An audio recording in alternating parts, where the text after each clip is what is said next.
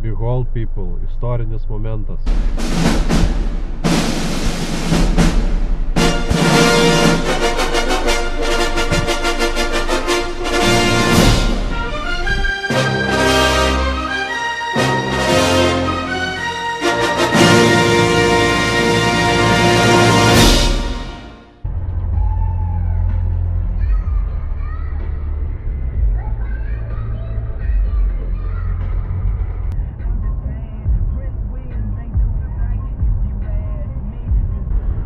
Silpnų nervų žiūrovus kviečiu pasitraukti nuo ekrano.